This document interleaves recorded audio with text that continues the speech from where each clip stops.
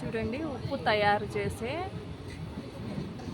వీటిని ఏమంటారో, కుంటలు అంటారో పొలాలు అంటారో నాకు తెలియదండి. ఉప్పు అయితే తయారు చేస్తున్నారు. చాలా వరకు తయారైపోయింది, కొంచెం బ్యాలెన్స్ ఉంది అంతే. చూడండి, దగ్గర నుంచి కనిపిస్తుంది ఇది ఉప్పు.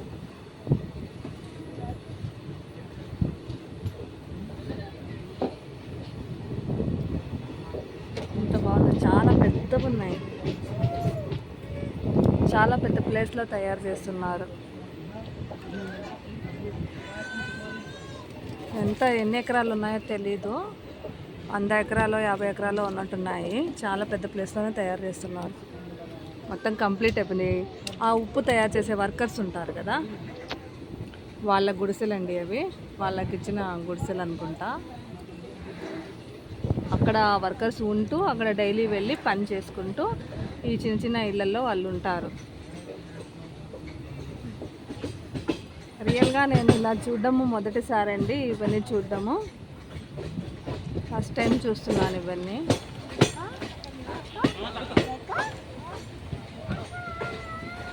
చూడండి ఎంత దూరం వరకు ఉన్నాయో.